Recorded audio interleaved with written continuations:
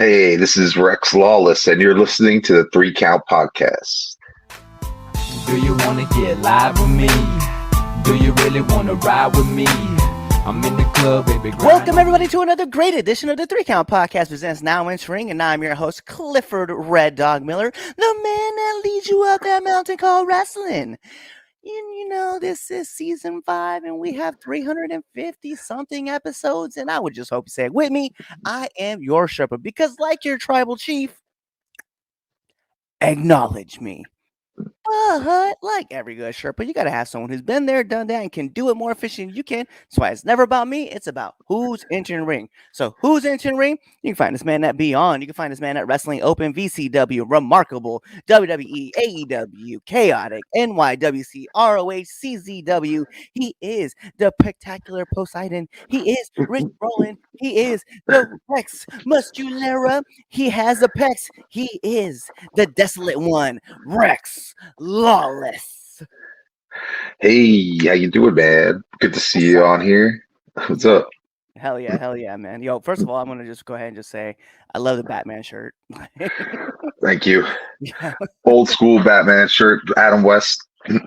Hell yeah. Adam West was so lit. Like he's like after let's see, it would probably be like Ben Affleck, Kevin, McElroy, and then Adam West would be like my 3 favorite Batmans.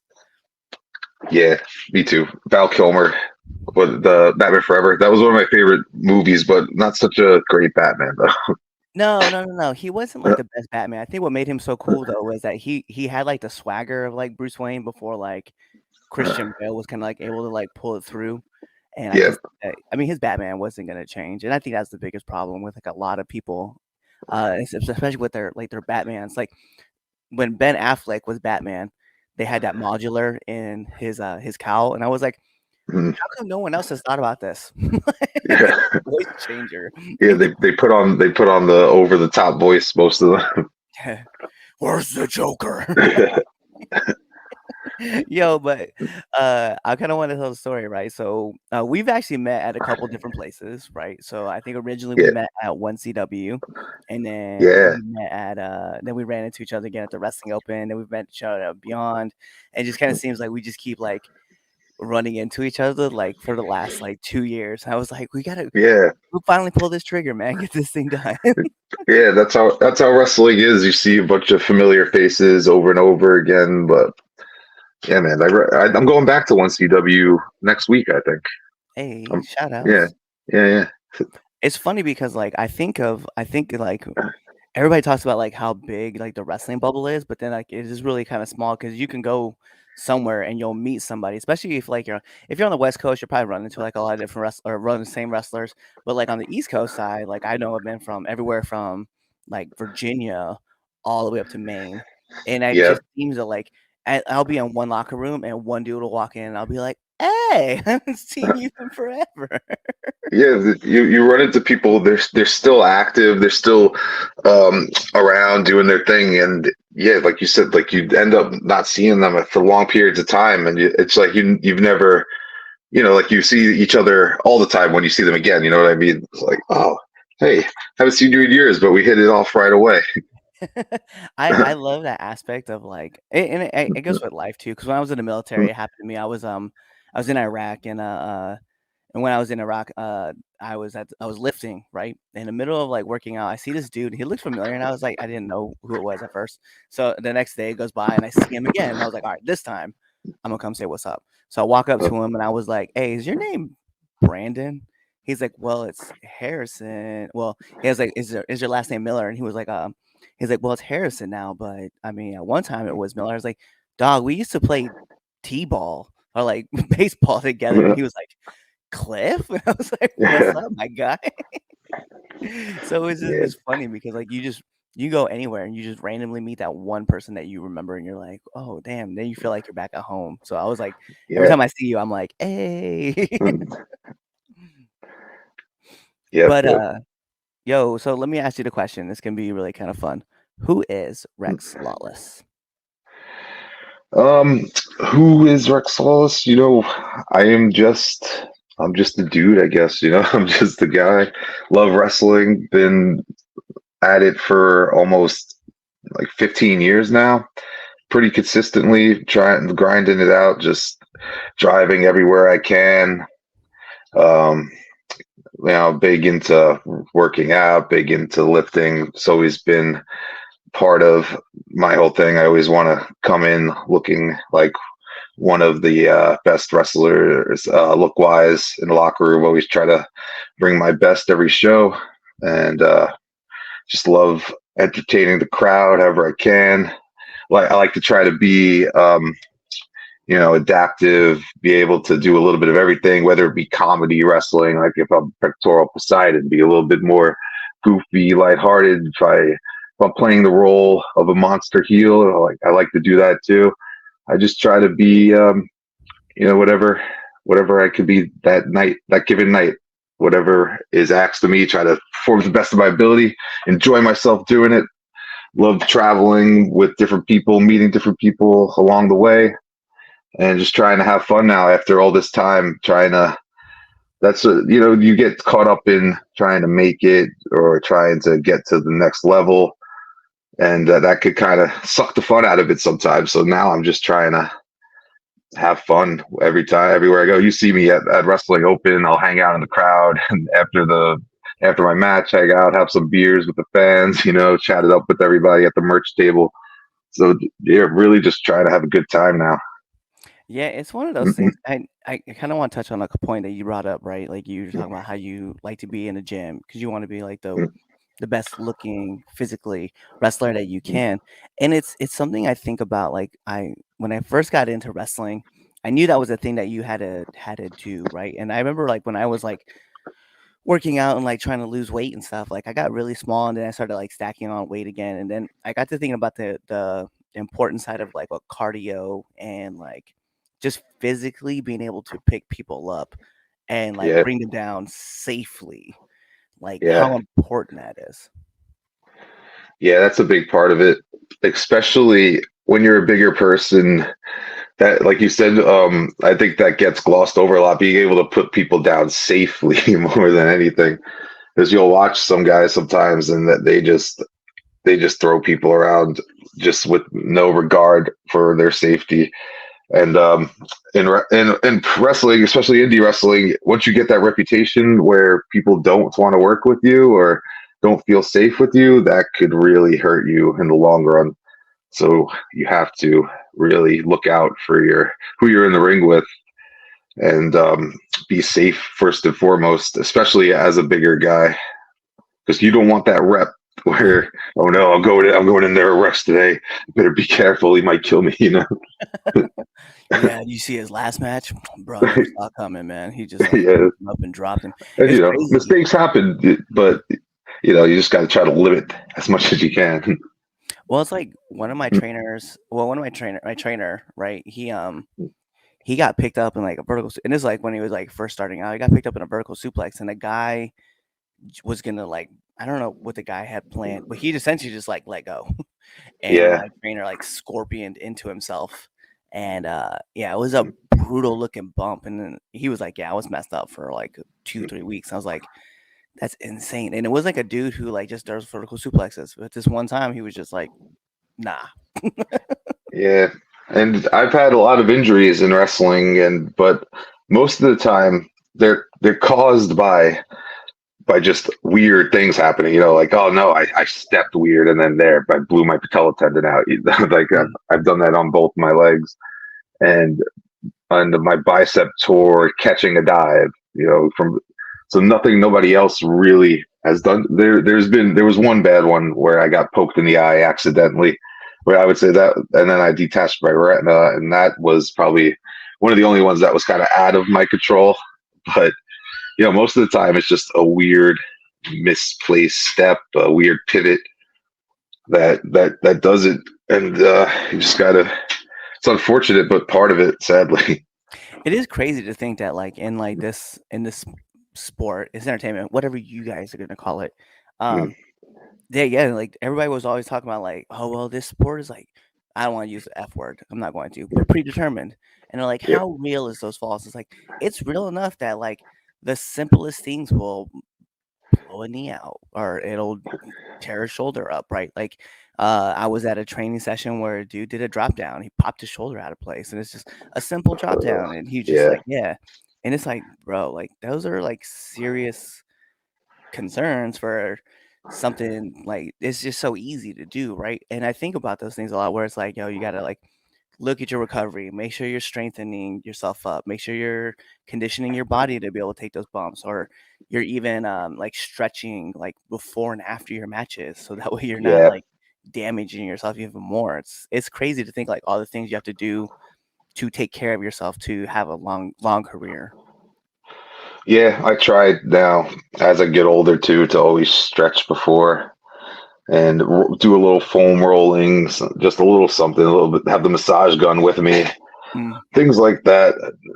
Do and injury prevention training. If anybody out there is trying to be a wrestler, do not neglect that. Like try to get ahead of it before it comes back to bite you. Start to look into things where you're not so much just going for the look, which is important, but things that will prevent you from getting hurt, strengthening joints and tendons, and trying to not put too much weight on so you're not carrying around so much weight in the ring and risking things. That's a mistake I made where I was just putting on so much weight after a while, just trying to get big, big, big, big. But then um, before I knew it, I was 270 pounds and carrying around that much weight, trying to run around as well as do power moves. It just wears on you even faster. So yeah, and that's why I think for me, and I've talked with and for those who look, Brad Hollister's episode is actually up, and we were talking about that same thing about like how when you can stack on weight, but then once you start losing weight and your joints kind of get alleviated,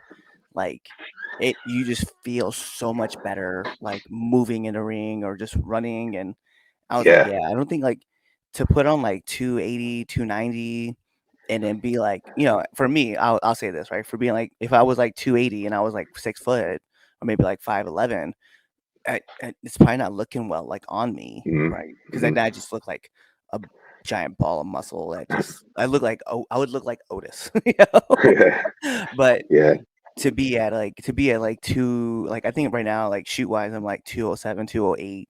And I'm mm-hmm, pretty happy with that. I was, one time I think I had like 37% body fat at like 236. Like I just wasn't healthy. And so I yeah, got into working out and stuff like that. And actually working out led me into professional wrestling. And then from there, I became a trainer so that I could work on foam rolling and stretching and like understanding how the body moves better. So that way I'm not doing things that are like gonna overly exceed like my potential and then like damage it in the longer run.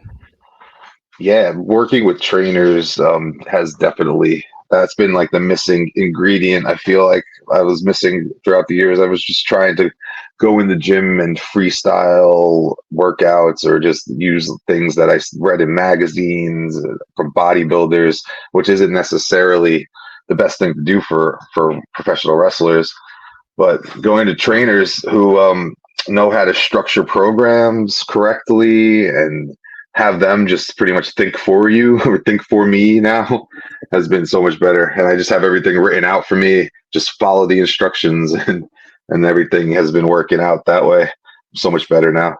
And even if you're a guy, if you're a person that just like wants to learn and pick up on it and just try to understand, like you gotta have like those trusted people. Like there's that dude, I don't know, he's always on every YouTube. They probably interrupt our interview every once in a while and put his episode on Uh, there or something, either before or after. But the dude that does a V shred, that's like, you don't need oh cardio yeah. to do cardio. Like whatever, shut Yeah, I up. always see that guy pop up. But I He's think in my about like algorithm. I think about like Dr. Stepani, right? I've been following Jim Stepani's workouts for I don't know, almost like 10 years. And I feel like he's just a dude. He just knows what he's talking about. You can understand. He breaks it down to the simplest forms, and then you can just figure it out from there. Yep. And he uses not like the other dude, but he actually writes science papers based on his experiments. So you can kind of like, excuse me, you can kind of like understand like what he's doing, but you got to find like a trusted source that you can go to and like follow along, so that way you're not like, oh well, Arnold Schwarzenegger said do 15 sets of 5 at, 35 pounds for his Arnold press. not Yep. realizing that Arnold has been doing that same press for like 15 years, and like that's why he's so good at it. Yeah, I found a bunch of good personal trainers by me in Long Island, and they specialize in training professional wrestlers. So it worked out that way. That Stoked Athletics, and they run a squared circle program. They call it the squared circle program, and it's in. You could download an app, and it's just all on your phone, all updates every month, different programs, different like it's a mix of a lot of different things, like athleticism, strength, body composition, all in one. So definitely Yeah. good backing off the bodybuilding training. It's been keeping me going a little better, like less risk of injury, I feel like. Yeah, that was the one thing that when I was living in Maryland, I had a trainer. His name is Bruce Lee. If you guys want to look him up, he's at Merritt Clubs over in Federal Hill.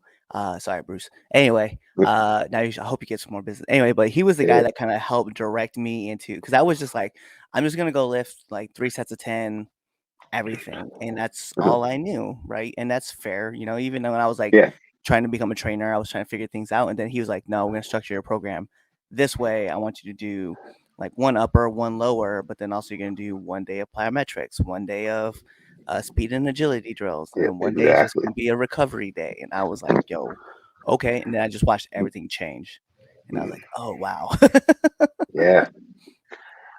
So talk to me, man. Like you said that you've been in now for almost 15 years. I wanna kind of touch on this because everybody has one of these, and I'm sure you do too. What's the worst bump you've taken? Um, Worst bomb. Well, there's a few that stick out. Like where I trained at a school in Long Island, NYWC, and they have their own building. They still run monthly shows, and I just recently started doing them again. But they have a stage. They have like similar to how WCW had the ramp that goes straight to the ring. So that they built this nice ramp, goes right to the ring. It's elevated above the floor. So of course, like we as wrestlers, we see it. We're like, oh, gotta take a bump on that stage, stupidly. So I've taken a few bumps on that stage, and those are the worst. Just I don't know why. Just because I've taken body slams on the floor too. So I think, and those are bad, but I've taken a few bumps on that stage, and I feel it for like 2 weeks after sometimes, and I will never do it again. But I remember one that sticks out. We do this match once a year, and it's actually coming up next month too. The Psycho Circus, they call it, and it's just a big like war game style weapons, barbed wire, chairs, ladders, tables, and the first bump of the match, we brawl on the stage, and I take just a flat back bump on the stage as the first bump. And then for the rest of the match, like my back was done. Like, why did I do that? Why did I do that as the first thing? That was so stupid. So that's where I've gotten tipped off a ladder before, like how like Hardy Boy style, like tip you to the side. And I tried to take a clean flip bump to the floor where I had like 6 chairs stacked up, and as I was tipping, I realized I was too high on the ladder, and I was like, if I keep going, I'm gonna land in the crowd because the guardrails are kind of close. And I was like, oh no! As it's tipping, like no, no, no. So I stick one foot on the top of the top rope, and I step off the ladder, and I'm like trying to balance myself. Somehow I balance myself, and then flip bump off of the top rope through those chairs and just smash right on the floor. One foot like lands on the top of the guardrail. Like, I look like I'm dead. I'm just laying there. And I remember the promoter running over to me like, "You're crazy. What are you doing? Are you okay?" And I'm like, yeah, I think I'm good. That's one of the worst ones. And another one similar, I forgot how it even, I think I like, the Bandera, some fans might not know like what it's called, like where you run at the guy, he kind of helps you, like, a good way to explain it, like I'm trying to explain a Yeah, Bandera. it's a sequence that you get when a person runs at you, and you just like throw them over the top, in the Yeah, in turnbuckles. yeah. So Alex Reynolds, who also from NYWC is in AEW now, Dark Order. He gives me the Bandera from the middle of the ropes, and we had a ladder bridge from the guardrail to the apron. And I'm like maybe like 2 years in, so I'm still feeling fresh, feeling good. So I give it like such a nice big jump, and I go flying. He flings me up in the air. I go flying, and this is the ladder bridge. My body smashes off the ladder bridge, bounces. I bounce, and then like German suplex myself almost high on my head and neck on the floor. and then so those are some that stick out. Damn, all of those just it's just a bunch of suck. That's all I. Yeah, and as a bigger guy too, don't need to be doing that necessarily. So I've learned that over the years, which I still get yelled at that I maybe do bump around or run around a little too much for my size, but is what it is.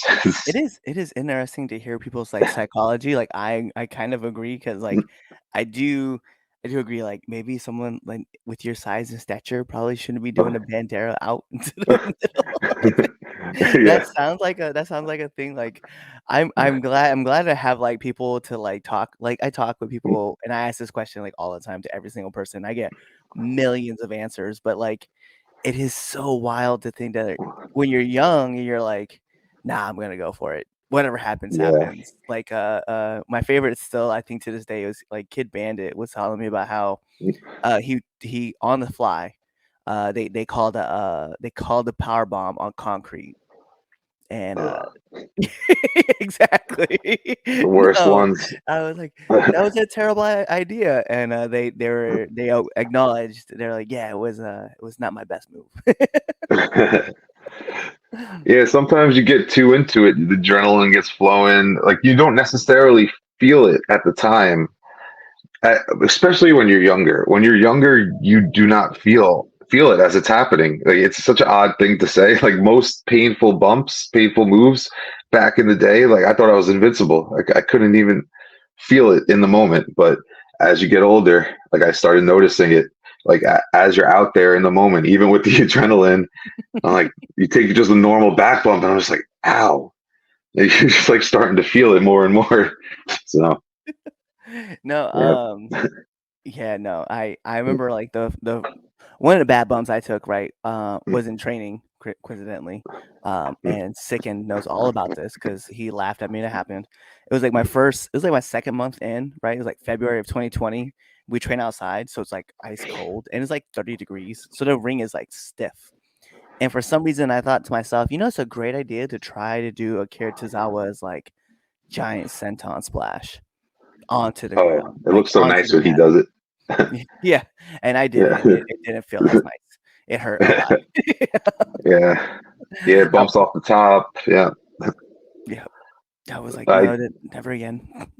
I just did on Thursday. I do the seated choke bomb, the like the sky high sit out, and I did it off the middle rope with Gabe Sky. He's on the top rope, and then I stand up. He stands up. He's stood up all the way on the top. I'm stood up all the way to the middle, and then just jump and sit out, and the landing. I'm still like I'm sitting here right now, and my lower back is sore from it because it's just that's going into that seated position just jacks up your lower back and hips pretty bad. Yeah, But I was willing to take it for that situation. I was like, all right, like I know this is gonna hurt, but for this situation, it's gonna be a big visual. It needs to be a big move. So let's do it. and especially like, well, with the wrestling open crowd, especially, you're talking like 150 to 250, sometimes 350 people that are in that building screaming and like getting Yeah. into action, and you're like, I just want to reward you guys for like just cheering me on, and I'm like, mm-hmm. And then and it's like you said, right? 2 days later, 4 days later, you're like, Yeah. man, I'm feeling it still. Because then I had to go in the gym and do deadlifts too. I did deadlifts like the next day, I think. So Oh that's yeah. also part of it.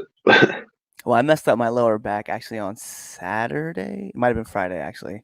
I also was deadlifting, but I was messing around with 225 pounds on a trap bar, and I was like, I was my person, the person I was training was like, I don't know if I'm gonna be able to get this. I was like, do you need some motivation? They're like, sure. Mind you, I'm going into this cold. Like they have just warmed up. I'm going into this Yeah. cold.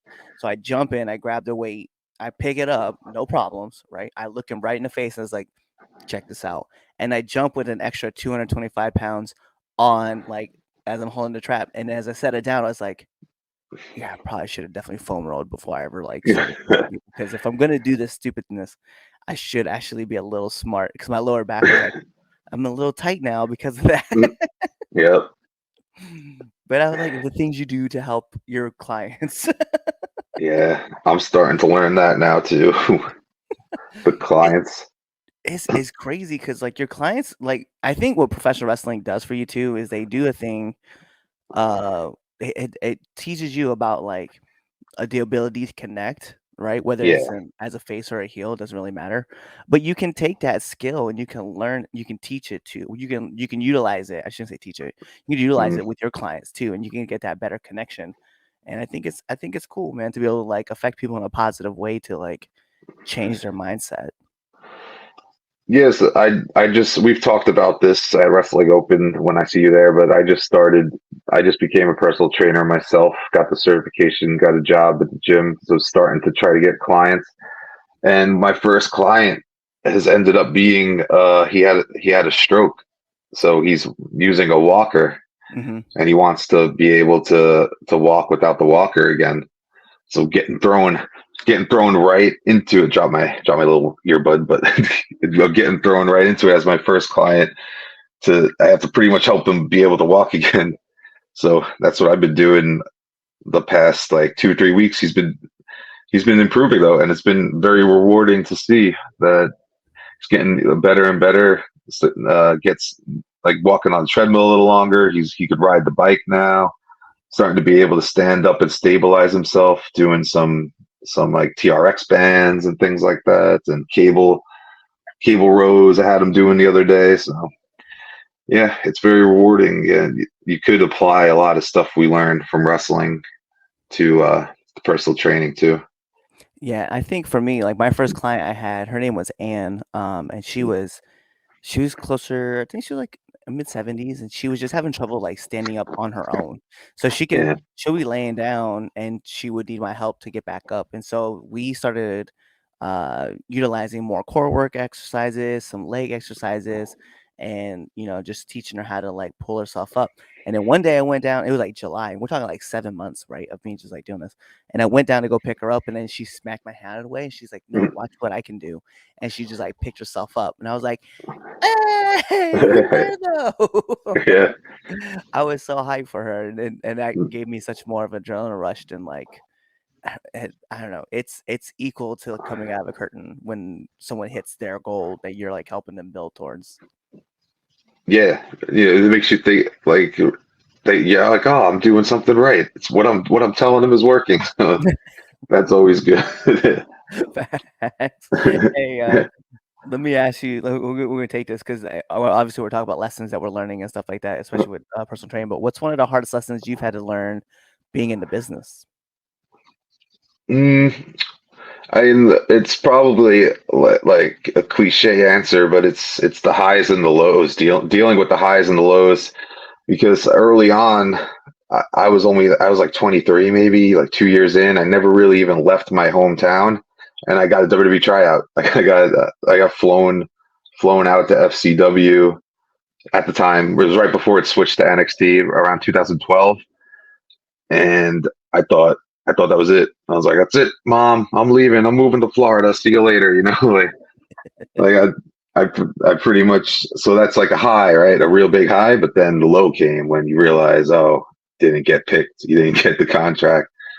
But I was young at the time, so I used it as motivation to when I got back home. I was like that. I was like, all right, I can't just stay in one place. I can't just be Long Island journeyman wrestler. Like I have to go get in my car, drive, put the miles on the car, just reach out to promoters, start to network. That's how I met Drew back from Drew Cordero from Beyond. That's how I made that connection back in the day, which still to this day, still working for him, which is great. And yeah, it's dealing with the highs and the lows, because don't get too high when things are going well, and then try to just stay level headed and not get too down on yourself when things aren't perhaps moving as fast or as you'd like them. I feel like that's a massive lesson to learn is like patience has to be applied. And I like the idea that I like this that you're talking about like just staying level headed. I know for me it's been like a challenge, especially moving from Maryland where like I was getting booked like weekly to Yeah. not getting booked as often up in Massachusetts, but still getting some bookings, right? But you have to be Yeah. patient because you're like networking and building, and then obviously guys are like trying if they like you, they're gonna try to find a way to get you into whatever they're getting into, and bring you into a storyline or somehow figure it out. Like to me, I'm just like it is one of those things where I have to every once in a while just stop, take a breath, and be like, listen, it's gonna work out. Just chill out, and you'll be okay. Because people chase passion. Like, if you show you're passionate about something, and then you're patient, and you're not really like trying to force the issue, people will always find a way to get you involved. Yep. It's true. It's tough to do sometimes, but just keep working, keep doing your thing, and backup plan is always nice to have too. So it's just something else to focus on, take your mind off things. Like I like to just sometimes like if I want to just zone out and not think about wrestling or just the other things, I like to play video games in my downtime. I feel like that helps me just relax and chill and zone out a little bit, not think about like, oh, what's my next booking, or oh, why didn't I get booked for that? That's a big one. If you're left off of something, you get that FOMO feeling, and then you start questioning, like, what did I do? Like, why aren't I on this show? You got to try not to think like that. But Yeah, I think for me, what it's starting to become now is like because I find myself like, yeah, you've seen me at the open a couple times where I'm just kind of like yeah, chilling and watching out. And so recently I started thinking, I was like, man, like I'm gonna find like ways to like get myself to stand out outside of just like wrestling, right? So yeah, like not only am I like fluent in Spanish, but I also wanted to be like, yo, let me pick up another skill. And I'll tell you that skill after this interview. You guys don't get to learn it. You guys will see it firsthand sometime. I don't know when. It all busted out for you guys. Uh but no, I just think it's how do you make yourself, how do you bring more skills to the table that other people aren't having? And I think that's a huge key to being successful in this business is like continuing to evolve, but then like what skills can you take from that you've learned in wrestling that you can apply to like your shoot life? And I think those are things that you have to kind of focus and work on. Everybody's gonna be different. yeah, yeah. There's a lot of wrestlers out there trying to do the same thing. So you got to find something that separates you, and it takes longer for some people. Some people have something click right away. Sometimes it's luck. Sometimes it's a little right place, right time. So you might stumble on it, just not even thinking about it one day, and something just clicks. You're like, oh, wait a minute, that could be my character, or something like that. Right, 100%, like 100%. Uh-huh. Uh, hey, so before we jump into my favorite part of the Three Count podcast, right? I gotta add one more question for you. It's gonna be a fun one. Uh, Seeing that you've been in for 15 years, you've traveled everywhere, right, up and down the East Coast. Uh, Yeah. Big question for you. I need one do and one don't of the locker room.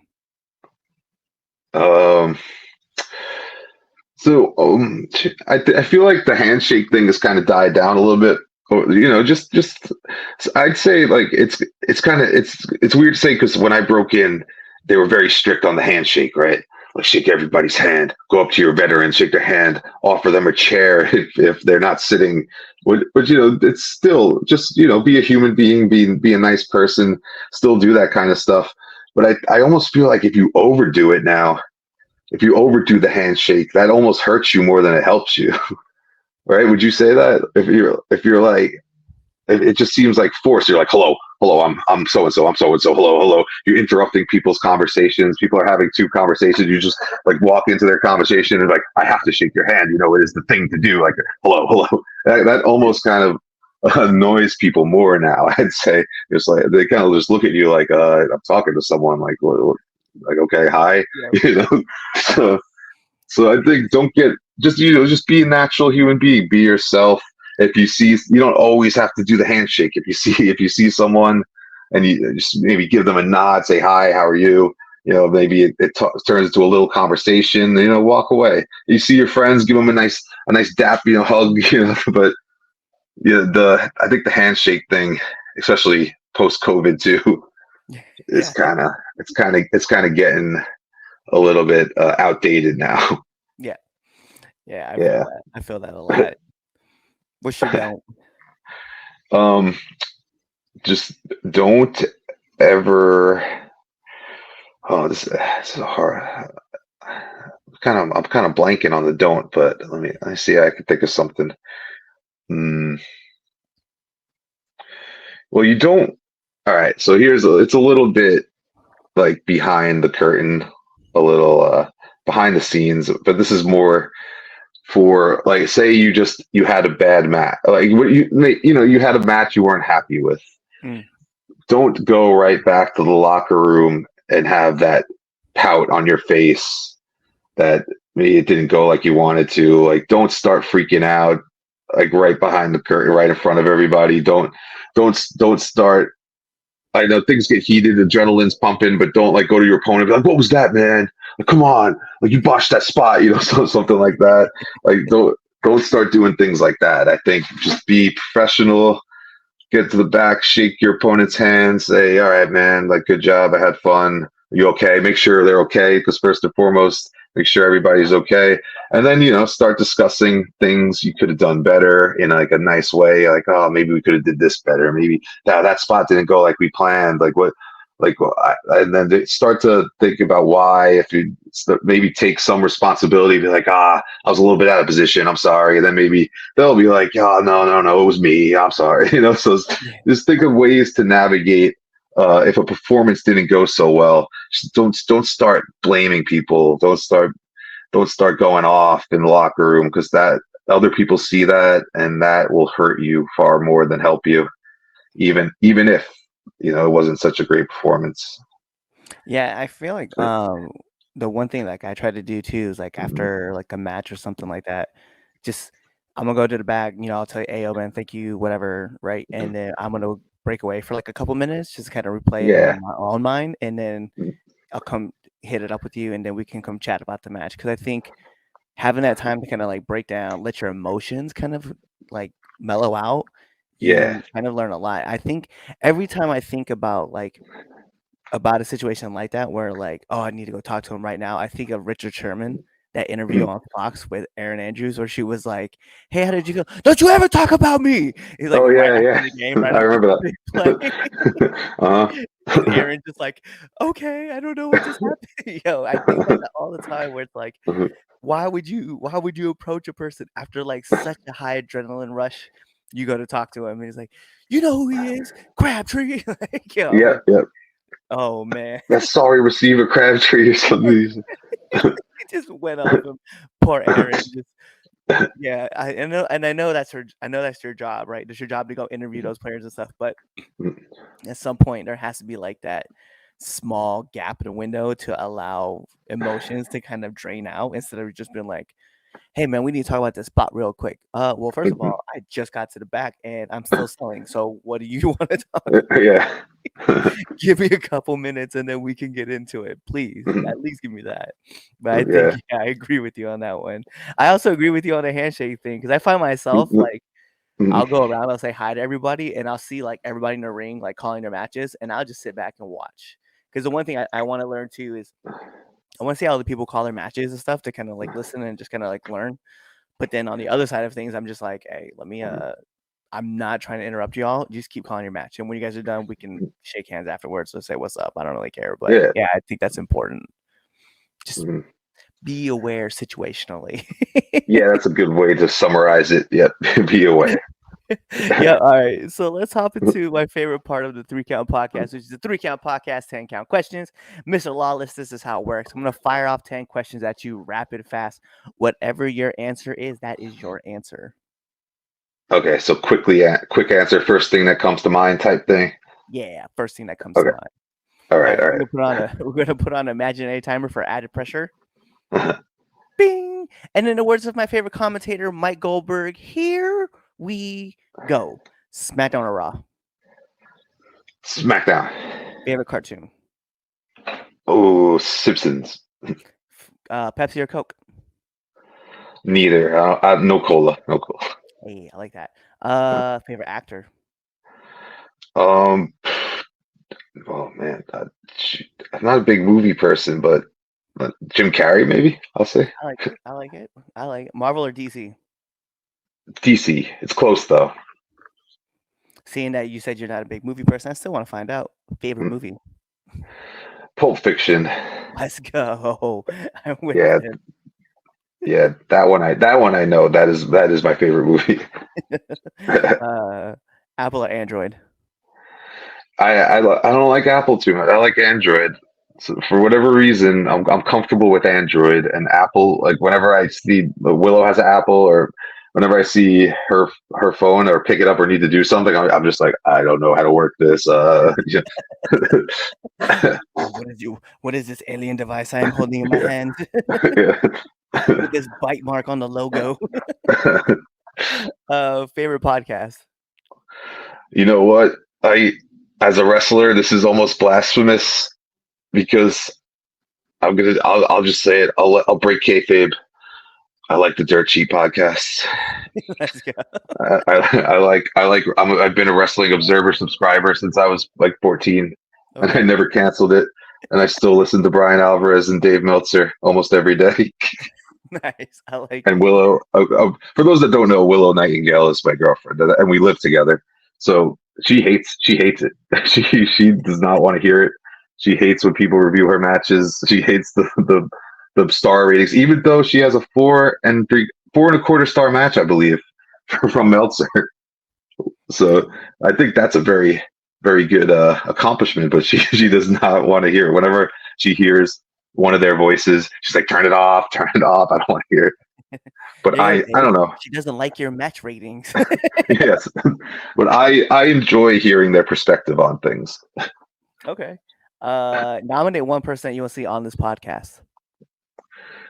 Did you get RJ yet? My tag team partner. He's on the schedule, so I will definitely All put right. that out there. Yeah, so you guys will get that Yeah, interview too. yeah. RJ Rude. I met him through Wrestling Open. Very, very nice guy. We've been tagging together. I think we have good tag team chemistry that came along pretty quickly. And he's an interesting dude because he's in a pretty good band. Um, Always Grounded, they're called, and the good pop punk throwback, like old school, like Blink-182 style music. Uh, I think he would be an interesting guy. Yeah, I like it. But yeah, I like that. I like that call. Mm. And then last but not least, my favorite question asked every single person who comes on this podcast. Favorite curse word? Um, I don't know. It's weird. To be honest, I'm not a big curse person. I don't curse that much. I know it's kind of odd as an Italian New Yorker, but yeah, I really don't curse too much. I'm more immature, so I would say things like poop, so like, instead of shit, I got So you. maybe poopy type things. I like it. I like it. Well, listen, those are all the questions I do have for you. So the last thing I need you to do is let our listeners and our viewers know where they can find you.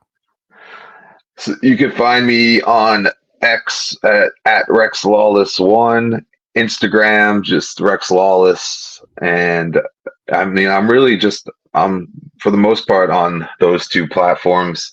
I have Facebook. You can search me on there if you like, but I'm not very active on it. So I'd say at Rex Lawless one on Twitter or X, and Rex Lawless on Instagram.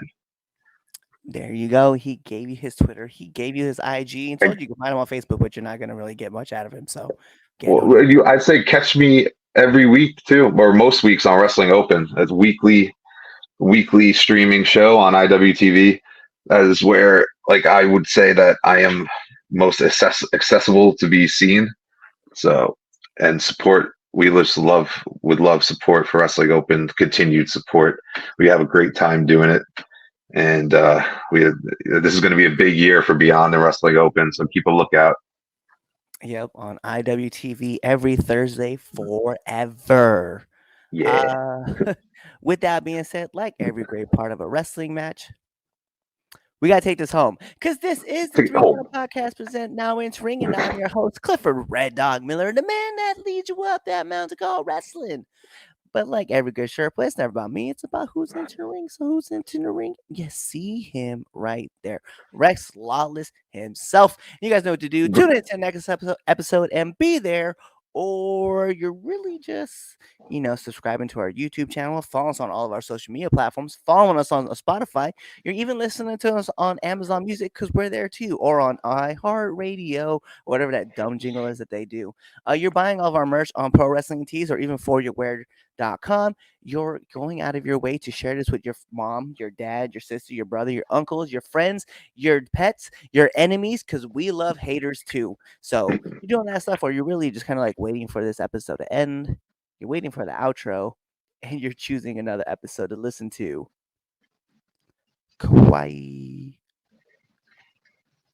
What's going on? It is Clifford Red Dog Miller, the man that leads you up that mountain called wrestling. And what we need from you guys is to kind of show some support, right? We want you guys to go to our YouTube channel at the 3 Count Podcast, go on to our Twitch channel, 3 Count Pod, or even our Facebook page, 3 Count Podcast, and just give us a like, follow, subscribe, even give us a comment, right? Do all that cool stuff. Share it with your friends, share it with your family, share it with your enemies, right? Or you can even come talk to us and just chat us up, right? Find us on Twitter at 3count_pod. Find us on IG and on TikTok at 3 Count Pod. Go ahead and leave us those comments. We want to hear from all of you guys. We're going to keep putting on videos and stuff like that. We want to keep making this content better, so we want your guys' support. Also, if you guys want to, go support us at prowrestlingtees.com/the 3 Count Podcast, or even find us on foryourwear.com. Give us the support. Show us your guys' love because we want to give it right back to y'all. So, in the meantime, between time, love y'all.